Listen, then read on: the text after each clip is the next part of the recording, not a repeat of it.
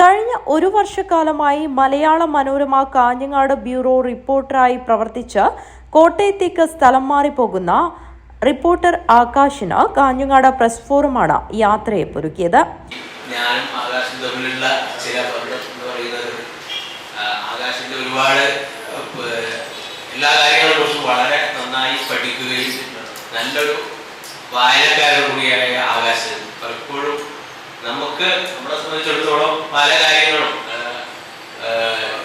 ചരിത്രമാകട്ടെ, സംസ്കാരമാകട്ടെ, സാഹിത്യമാകട്ടെ, എല്ലാ മേഖലകളിലും വളരെ കൃത്യമായ ധാരണകൾ ആകാശത്തിനുണ്ട്. അപ്പോൾ അത്തരം കാര്യങ്ങളെ കുറിച്ച് ചർച്ച ചെയ്യുന്നതിനപ്പുറം ഒരു നല്ല സുഹൃത്ത് തന്നെ, അങ്ങനെ ഒരു നമ്മൾ തമ്മിൽ ഉള്ള ഒരു ബന്ധം ഒരു പ്രായത്തിനപ്പുറം അടുത്ത ഒരു സൗഹൃദം കൂടി ആകാശം